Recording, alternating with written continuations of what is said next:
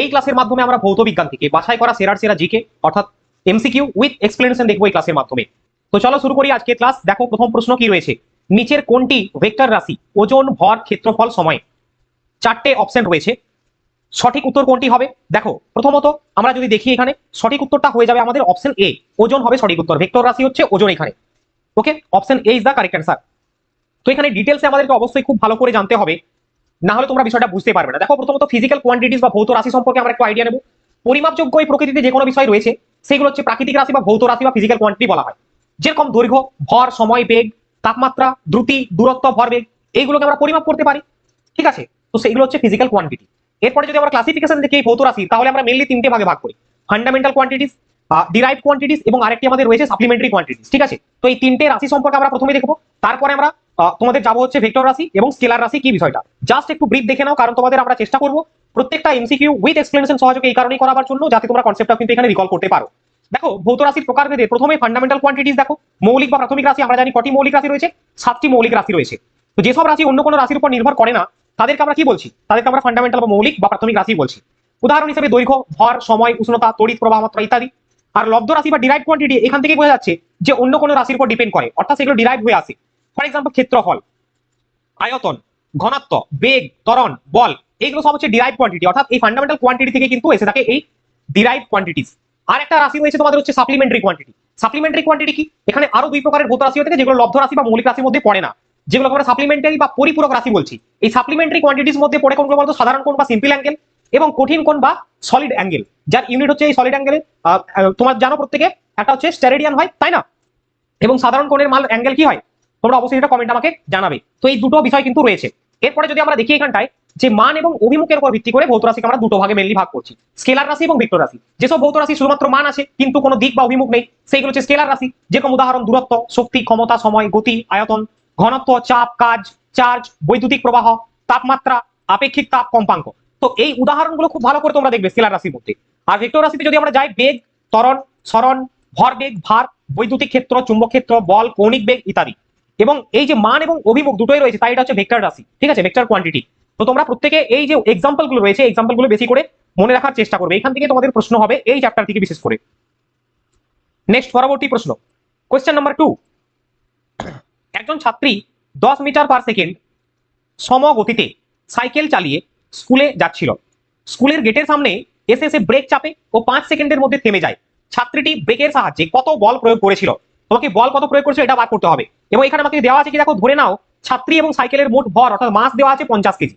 ঠিক আছে, এই বিষয়টা জানার জন্য আমাকে দুটো কনসেপ্ট জানতে হবে। প্রথমত ত্বরণের মান কিভাবে বার করতে হয় 1 নম্বর, আর 2 নম্বর হচ্ছে আমাকে নিউটনের যে গতিসূত্র রয়েছে সেকেন্ড গতিসূত্র, সেই গতিসূত্রে কি বলা হয়েছে। এই দুটো কনসেপ্ট থাকলে তুমি এই যে ম্যাথমেটিক্সটা রয়েছে বা এই ইকুয়েশনটা সলভ করতে পারবে। ঠিক আছে, খুবই ইজি জিনিস। যদি প্রথমত আমরা দেখি যে আমরা এক্সেলারেশন কিভাবে বার করবো বা ত্বরণ কিভাবে বার করবো, প্রথমত বলে দিই এক্সেলারেশন বা ত্বরণকে আমরা সংক্ষেপে এ দ্বারা প্রকাশ করি, সংক্ষেপে এ দ্বারা প্রকাশ করি। ঠিক আছে, এই ত্বরণটা আমরা কিভাবে বার করবো? ত্বরণটা বার করা হয়, দেখো প্রথমত হচ্ছে ফাইনাল ভেলোসিটি আর ইনিশিয়াল ভেলোসিটি।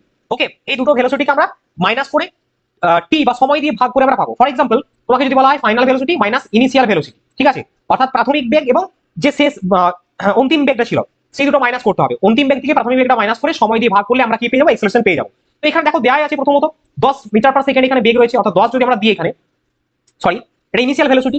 এবং আমাদের যদি ফাইনাল ভেলোসিটি দেখি তাহলে কত হবে? 0 হবে, কারণ এখানে থেমে যাচ্ছে, স্কুলে চালিয়ে যায় এবং 5 সেকেন্ডের মধ্যে থেমে যায়। এই থেমে যাওয়ার বিষয়টা রয়েছে, তাহলে 0 হবে এখানে। এবং কত সেকেন্ডের মধ্যে? 5 সেকেন্ডের মধ্যে 5 দিয়ে ভাগ দিয়ে দেবো, তাহলে আমাদের যেটা আসবে সেটা -2 আসবে। -2 আসবে, ঠিক আছে, মাইনাসে আসবে, নেগেটিভ আসবে। তো এই মানটা আমরা পেয়ে গেলাম। তো এখানে নেগেটিভ পজিটিভ তো কিছু দেওয়া নেই। তো এরপরে আমরা যে গতিসূত্র রয়েছে নিউটনের, সেই গতিসূত্র অ্যাপ্লাই করে আমরা যেটা আমরা পাই F = ma, অর্থাৎ ফোর্স সমান এখানে ma বা মাস এবং এক্সেলারেশন এই দুটোকে গুণ করতে হবে। তো এখানে আমার ফোর্স বা বল সমান কি, মাস কত রয়েছে 50 কেজি, 50 × 2 কেজি আমরা এক্সেলারেশন পেয়েছি। সো 50 × 2 অর্থাৎ টোটাল আমরা কত পাবো? সরি মিটার পার সেকেন্ড, এখানে টোটাল আমরা পেয়ে যাবো হচ্ছে 100 নিউটন। অপশন সি হবে আমাদের সঠিক উত্তর। এইভাবে এটাকে বার করতে হবে। তোমাদের আই থিঙ্ক এখানে দেওয়া রয়েছে এক্সপ্লেনেশনটা, জাস্ট একটু দেখে নেবে। ওকে, দেখো প্রথমে বেগ হ্রাস নির্ণয় করতে হবে। এখানে দেওয়া আছে বেগ 10 মিটার পার সেকেন্ড, সময় 5 সেকেন্ড, চূড়ান্ত বেগ অর্থাৎ final velocity 0 metre per second, কারণ থেমে যাচ্ছে। আর ত্বরণ বা এক্সেলারেশন নির্ণয় করতে আমরা ইউজ করি এই ফর্মুলা, এই সূত্রটা ইউজ করে আমরা অ্যাপ্লাই করলে এই মানটা পাচ্ছি। এরপরে এই সূত্র বসিয়ে দিলে কিন্তু আমরা উত্তর পেয়ে গেলাম। আশা করছি প্রত্যেকে বুঝতে পেরেছো। তোমাদের কিন্তু PYQ কোশ্চেন এটা বিগত বছর এসেছিল, তো এই টাইপের প্রশ্ন একটা থাকবে। ওকে, নেক্সট পরবর্তী কোশ্চেনে চলো। সঠিক উত্তরটি নির্বাচন করো। একটি বস্তু কোন তরলে সম্পূর্ণ নিমজ্জিত অবস্থায় ভাসমান হবে যদি কোন বিষয়টা এখানে দেওয়া হয়েছে কোন বিষয়টা ফিট হয়? বস্তুর ওজন এবং প্লবতা সমান হয়, বস্তুর ওজন প্লবতার থেকে কম হয় নাকি বস্তুর ওজন প্লাবতা থেকে বেশি হয় নাকি বস্তুর ওজন প্লাবতা 2 শূন্য হয়।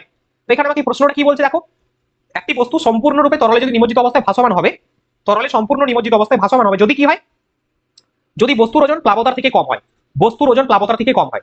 একটা তোমরা পড়েছো বাউয়েন্সি ফোর্স বা বাউয়েন্ট ফোর্স, ওকে, যেটাকে আমরা কি বলে থাকি, যেটাকে আমরা কার সূত্র দিয়ে, আর্কিমিডিসের প্রিন্সিপাল দিয়ে এক্সপ্লেন করে থাকি, প্লবতার নীতি।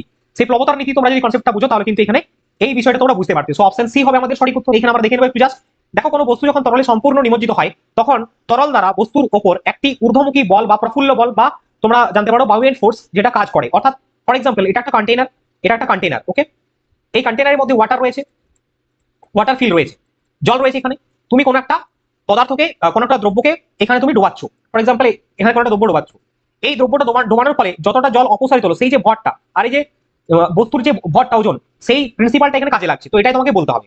এখানে কি বলছে, বস্তুর উপর একটি ঊর্ধ্বমুখী বল কাজ করবে, অর্থাৎ এই উপর দিকে একটা বল কাজ করবে। এটা হচ্ছে বাউয়েন্ট ফোর্স বা আর্কিমিডিস প্রিন্সিপালের সূত্রের সাহায্যে বোঝানো হয়েছে।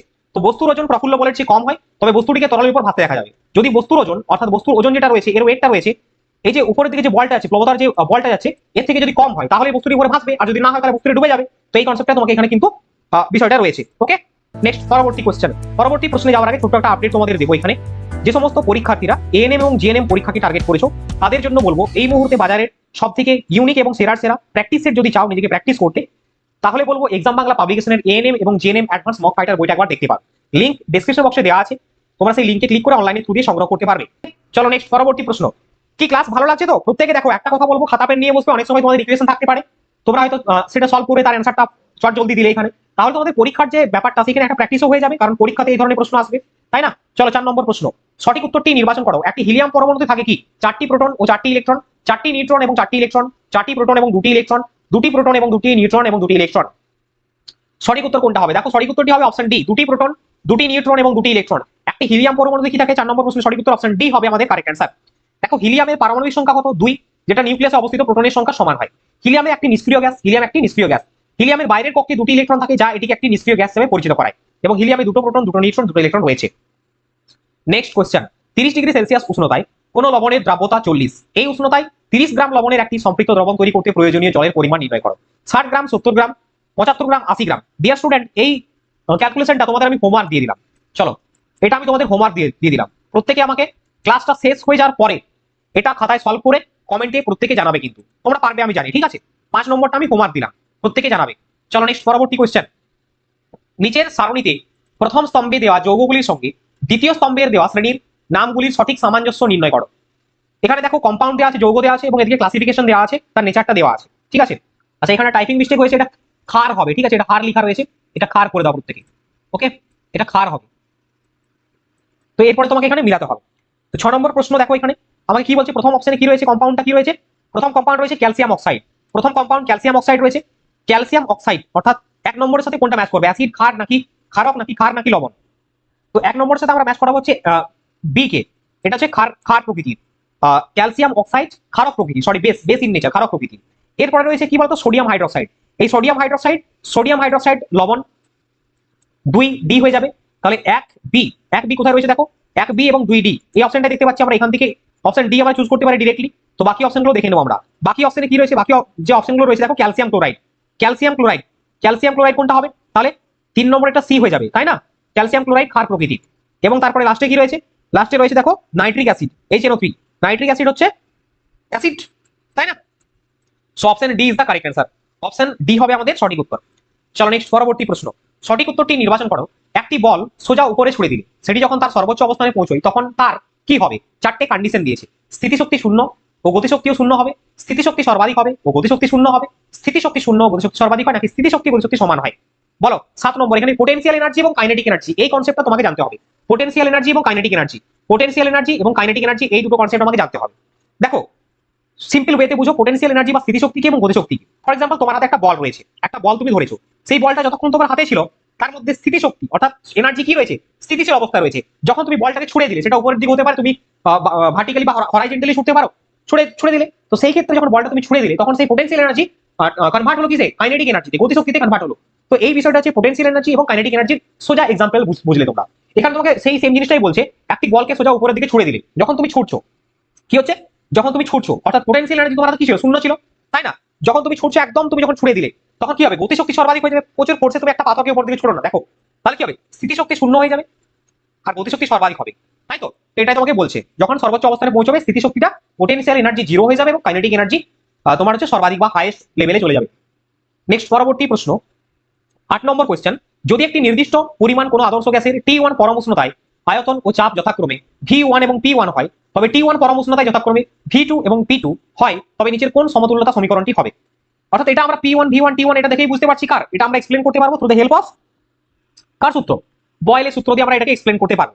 বয়েলের সূত্রে এক্সপ্লেন করতে পারবো। বয়েলের সূত্রে কি বলা হয়েছে? যে অপরিবর্তিত উষ্ণতায় নির্দিষ্ট ভরের গ্যাসের আয়তন গ্যাসটির চাপের সঙ্গে ব্যস্তানুপাতে পরিবর্তিত হয়, তাই না? এবং তার ধ্রুবক বা কনস্ট্যান্ট কি রয়েছে? সেখানে গ্যাসের ভর কনস্ট্যান্ট থাকবে, উষ্ণতা কনস্ট্যান্ট থাকবে।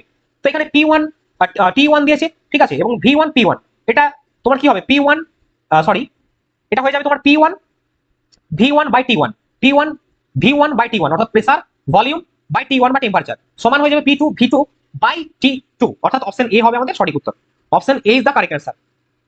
এখানে এক্সপ্লেন করা হয়েছে পুরো বিষয়টা, দেখো এখানে জাস্ট যেটা বয়েলের সূত্রের সাহায্যে ধরা হয়, আমরা সহজ ভাষায় আরো বুঝিয়েছি। দেখো এখানটায় স্থির উষ্ণতায় নির্দিষ্ট পরিমাণ কোনো গ্যাসের চাপ যদি P1 এবং আয়তন V2 হয়, একই উষ্ণতায় P2 হলে আয়তন পরিবর্তিত হয়ে V2 হয়। সুতরাং বয়েলের সূত্র অনুযায়ী প্রাথমিক অবস্থায় P1 V1 এখানে কে কনস্ট্যান্ট দেওয়া আছে টেম্পারেচার, পরিবর্তিত অবস্থায় P2 V2 কে, ঠিক আছে, সুতরাং P1 V1 P2 V2, ঠিক আছে। আচ্ছা, বয়েলের সূত্র গ্যাসের ভর এবং উষ্ণতা এই দুটো হচ্ছে ধ্রুবক, ঠিক আছে। চলো নেক্সট পরবর্তী প্রশ্ন, 9 নম্বর কোশ্চেন। কোশ্চেন নাম্বার 9, বহুদূরাগত একগুচ্ছ সমান্তরাল আলোক রশ্মি একটি গোলীয় দর্পণে প্রধান অক্ষর বরাবর আপতিত হলে প্রতিফলনের পর একটি বিন্দুতে মিলিত হয়, সেই বিন্দুকে আমরা কি বলি? মেরু, বক্রতা কেন্দ্র, ফোকাস, অক্ষ। সঠিক উত্তরটা হবে তোমাদের ফোকাস। বহুদূরাগত একগুচ্ছ সমান্তরাল আলোক রশ্মি একটি গোলীয় দর্পণে প্রধান অক্ষ বরাবর যদি আপতিত হয়, তাহলে প্রতিফলনের পর একটি বিন্দুতে মিলিত হয়, সেই বিন্দুকে আমরা কি বলছি? ফোকাস বলছি। নেক্সট পরবর্তী কোশ্চেনে যাব, কোশ্চেন নাম্বার 10, নিম্নোক্ত মৌলগুলির মধ্যে কোনটি সহজে কোনো রাসায়নিক বিক্রিয়ায় অংশগ্রহণ করে না? Carbon, sodium, argon, nickel. বলো সঠিক উত্তর কোনটা হবে? 10 নম্বর প্রশ্নে সঠিক উত্তরটি হবে তোমাদের হচ্ছে argon. Option C is the correct answer. Argon একটি নিষ্ক্রিয় গ্যাস বা ইনার্ট গ্যাস, যেটা পর্যায় সারণী নোবেল গ্যাসের মধ্যে অন্তর্ভুক্ত, ঠিক আছে, এবং এরা কোনো রাসায়নিক বিক্রিয়ায় অংশগ্রহণ করে না। পরবর্তী প্রশ্ন, নিম্নোক্ত যৌগগুলির মধ্যে কোনটি আয়নীয় যৌগ? নিম্নোক্ত যৌগগুলির মধ্যে কোনটি আয়নীয় যৌগ? NaCl হবে, তাই না? সোডিয়াম ক্লোরাইড একমাত্র আয়নীয় যৌগ এখানে। অপশন সি হবে আমাদের সঠিক উত্তর, NaCl। দেখো NaCl হলো সোডিয়াম ক্লোরাইড, যা সাধারণ লবণ বা টেবিল সল্ট নামে পরিচিত, একটি রাসায়নিক যৌগ, যেখানে সোডিয়াম এবং ক্লোরিন এর একটি আয়নিক যৌগ। কি বলছে? আয়নিক যৌগ, যেখানে সোডিয়াম এবং ক্লোরিনের আয়নের অনুপাত কত? 1:1, এবং এর ইউজ কোথায় রয়েছে? খাদ্য শিল্পে সাতবর্ধক হিসাবে এবং খাদ্য সংরক্ষক হিসাবে কিন্তু ব্যবহার করা হয় এই সোডিয়াম ক্লোরাইড। নেক্সট, নিউট্রনের ড্যাশ আছে কিন্তু ড্যাশ নেই, ভর ভেদন ক্ষমতা, ভার ভেদন ক্ষমতা, ভার আধান, ভর আধান। নিউট্রনের কি আছে? ভর আছে, নিউট্রনের ভর আছে, ঠিক আছে, ভার কখনোই হবে না। ভর এখানেও রয়েছে, তাহলে কি অপশন এ হবে না ডি হবে? দেখো নিউটনের ভর আছে কিন্তু কোনো রকম কি আধান নেই, ঠিক আছে, option D is the correct answer. Option D হবে সঠিক উত্তর। নেক্সট প্রশ্ন, পরমাণুতে সবচেয়ে ভারী কণা হলো কোনটি? Proton, neutron, electron, positron. পরমাণুতে সবথেকে ভারী কণা হচ্ছে neutron. Option B is the correct answer, neutron. পরমাণুতে সবথেকে ভারী কণা হচ্ছে নিউট্রন, এবং প্রোটনের থেকে সামান্য ভারী হচ্ছে এই নিউট্রন, যার ভর হচ্ছে 1.675 ইন্টু 10⁻27 হবে, এটা 27 কেজি। এবং নিউট্রন আবিষ্কার করেন জেমস চ্যাডউইক 1932 সালে, যার আধান হচ্ছে 0 এবং পরমাণু নিউক্লিয়াসে এটি অবস্থিত। নেক্সট কোশ্চেন, উষ্ণতার পরম স্কেলে 20 ডিগ্রি সেলসিয়াসের পার্ট কত হবে? উষ্ণতার পরম স্কেলে 20 ডিগ্রি সেলসিয়াসের পার্ট কত হবে? উষ্ণতার পরম স্কেল মানে কত? উষ্ণতার পরম স্কেল অ্যাবসলিউট 0, ঠিক আছে, 273 ডিগ্রি 273 ডিগ্রি ক্যালভিন, তাই না? ওকে, আচ্ছা সরি, এখানটায় ডিগ্রি ক্যালভিন বলছি, আমি একটু মিস্টেক করলাম। 273 ক্যালভিন, 273 ক্যালভিন, ঠিক আছে, প্লাস করে দেবো আমরা 20 যেটা দেওয়া রয়েছে, অর্থাৎ আমরা 293। অপশন ডি কে পেয়ে যাবো সঠিক উত্তর। নেক্সট, মানবদেহের স্বাভাবিক উষ্ণতা কত? 37 degree centigrade, 98 degree centigrade, 367 degree centigrade, কোনটি নয়। মানবদেহের স্বাভাবিক উষ্ণতা হচ্ছে 37 ডিগ্রি সেন্টিগ্রেড। অপশন এ হবে সঠিক উত্তর। আচ্ছা, এখানে দেখো মানুষের দেহে তাপমাত্রাটা বিভিন্ন স্কেলে 36.5 টু 37 ডিগ্রি সেলসিয়াস হয়, এবং যেটা তোমরা ফারেনহাইটে 97.7 টু 98.6 ডিগ্রি ফারেনহাইটের মধ্যে পাবে। আর যখন টেম্পারেচার 104 ডিগ্রি সেন্টিগ্রেডের উপরে হয়ে যাবে, তখন আমাদেরকে ধরতে হবে কি ফিভার হয়েছে, 104 এর বেশি চলে গেলে, ঠিক আছে, জ্বর হয়েছে। নেক্সট, এসআই পদ্ধতিতে তাপের একক কি? Joule, degree centigrade, candela, second. Question number 16, 16 নম্বর প্রশ্ন, সঠিক উত্তর কোনটি হবে বলো? এই তো অনেকেই লাইভে যুক্ত রয়েছে, বাট আজকে তোমাদের দেখছি মানে কমেন্টে অ্যান্সার জানানোর প্রবণতা খুবই কম। সৌভিক, অপর্ণা, প্রসেনজিৎ, রমা, ঠিক আছে, অবশ্যই প্রত্যেকে ট্রাই করবে কমেন্টের মাধ্যমে অ্যান্সার করার। এসআই পদ্ধতিতে তাপের একক হচ্ছে জুল। অপশন এ হবে আমাদের সঠিক উত্তর। আর ক্যান্ডেলা হচ্ছে লুমিনাস ইন্টেন্সিটি, দীপন প্রাবল্যের একক। সেকেন্ড হচ্ছে টাইমের একক, তাই না? সিজিএস পদ্ধতিতে তাপের একক কি? ক্যালোরি, এবং এসআই পদ্ধতিতে জুল। ক্যালোরি কি? ক্যালোরি হলো 1 গ্রাম বিশুদ্ধ জল, এটা পরিষ্কার জল বা বিশুদ্ধ জলের তাপমাত্রা 1 ডিগ্রি সেন্টিগ্রেড বৃদ্ধি করতে যে পরিমাণ তাপ প্রয়োজন হয় তাকে আমরা ক্যালোরি 1 ক্যালোরি বলে থাকি। আচ্ছা, লুমিনাস ইন্টেন্সিটি একক হচ্ছে ক্যান্ডেলা, লুমিনাস ইন্টেন্সিটির বা দীপন প্রাবল্যের এটা একক হলো, ঠিক আছে, একক হলে করে দেবে, একক একক হলো ক্যান্ডেলা এবং সময়ের একক সেকেন্ড। নেক্সট কোশ্চেন, প্রাকৃতিক তেজস্ক্রিয়তার আবিষ্কারক হলেন কে? প্রাকৃতিক তেজস্ক্রিয়তার আবিষ্কারক হলেন কে? Madame Curie, Ernest Rutherford, Henri Becquerel, Enrico Fermi. Question number 17, সঠিক উত্তরটি হবে অপশন সি, হেনরি বেকারেল। প্রাকৃতিক তেজস্ক্রিয়তার আবিষ্কারক হলেন হেনরি বেকারেল। 1896 খ্রিস্টাব্দে হেনরি বেকারেল সর্বপ্রথম প্রাকৃতিক তেজস্ক্রিয়তা লক্ষ্য করেন এবং তেজস্ক্রিয়তার এসআই একক কি? বেকারেল। পরীক্ষাতে আসতে পারে প্রশ্ন। মাদাম কুরি তেজস্ক্রিয় মৌল রেডিয়াম আবিষ্কার করেছিলেন। মাদাম কুরি প্রথম নোবেলজয়ী মহিলা যিনি কিন্তু দুটো বিষয়ে ফিজিক্স এবং কেমিস্ট্রিতে নোবেল পেয়েছিলেন। আচ্ছা, তেজস্ক্রিয় মৌল ইউরেনিয়াম, থোরিয়াম, রেডিয়াম, পোলোনিয়াম এবং অ্যাক্টিনিয়াম। নেক্সট কোশ্চেন, বাতাসে শব্দের বেগ কত? স্বাভাবিক অবস্থায়, স্বাভাবিক অবস্থায় বাতাসের শব্দের বেগ 344 মিটার পার সেকেন্ড এবং শব্দের বেগ সব থেকে বেশি হচ্ছে কঠিন মাধ্যমে। বাতাসের শব্দের বেগ 344 মিটার হয়, ঠিক আছে, প্রতি সেকেন্ড। শব্দের বেগ কঠিন মাধ্যমে তরল গ্যাসের চেয়ে বেশি হয়। কঠিন পদার্থের মধ্যে শব্দের বেগ কত? 6000 মিটার পার সেকেন্ড এবং তরলে শব্দের বেগ হচ্ছে 1481 মিটার পার সেকেন্ড। নেক্সট, এই উপাদানগুলির মধ্যে কোনটি একই দলের অন্তর্ভুক্ত নয়? Nickel, platinum, darmstadtium, roentgenium. সঠিক উত্তরটা হবে রনজেনিয়াম। এটা কিন্তু একই মৌলের গ্রুপের অন্তর্গত নয়। দেখো, নিকেল, প্লাটিনাম, ডার্মস্টাডিয়াম এগুলো হচ্ছে 10 নম্বরের অন্তর্গত, আর রনটেনিজিয়াম এগুলো হচ্ছে 11 নম্বর, ঠিক আছে, 11 নম্বর গ্রুপে রয়েছে। নেক্সট, এক্স রশ্মির আবিষ্কর্তাকে, সরি, এক্স রশ্মির বেগ বলেছে। এক্স রশ্মির বেগ বাড়ানো যায়, কমানো যায়, বাড়ানো বা কমানো যায় না, বাড়ানো বা কমানো যায়। 20 নম্বরে সঠিক উত্তর কোনটা হবে? দেখো, এক্স রশ্মির বেগ বাড়ানো বা কমানো কোনটাই যাবে না, ঠিক আছে, অপশন সি হবে সঠিক উত্তর, অপশন সি। আচ্ছা, এক্স রশ্মির আবিষ্কর্তাকে? রনজেন। এক্স রশ্মির আবিষ্কর্তা রনজেন, রনজেন, ওকে, এক্স রশ্মির আবিষ্কর্তা। So dear student and aspirant, আজকের ক্লাসে আমাদের এই ছিল বাছাই করা সেরার সেরা MCQ with explanation from physical science তোমাদের ভৌতবিজ্ঞান এএনএম এবং জিএনএম পরীক্ষার জন্য। এছাড়াও তোমরা এই ক্লাসটাকে অন্যান্য যে সমস্ত কম্পিটিটিভ ছাত্রছাত্রী রয়েছে, ফর এক্সাম্পল রেলওয়ে যারা পরীক্ষা দেবে তারাও দেখতে পারো, ওকে। তো এএনএম এবং জিএনএম পরীক্ষার জন্য আমাদের যে প্র্যাকটিস সেটা চাইলে আমরা দেখতে পারো, কুপন কোড হচ্ছে এটা, আর লিঙ্কটা আমি ডেসক্রিপশন বক্সে দিয়ে দেবো। আর আমাদের হোয়াটসঅ্যাপ গ্রুপ, টেলিগ্রাম গ্রুপে প্রত্যেকে যুক্ত হয়ে যাবে, কারণ সেইখানে সমস্ত ক্লাস আপডেটস তুমি নিয়মিত পেতে থাকবে।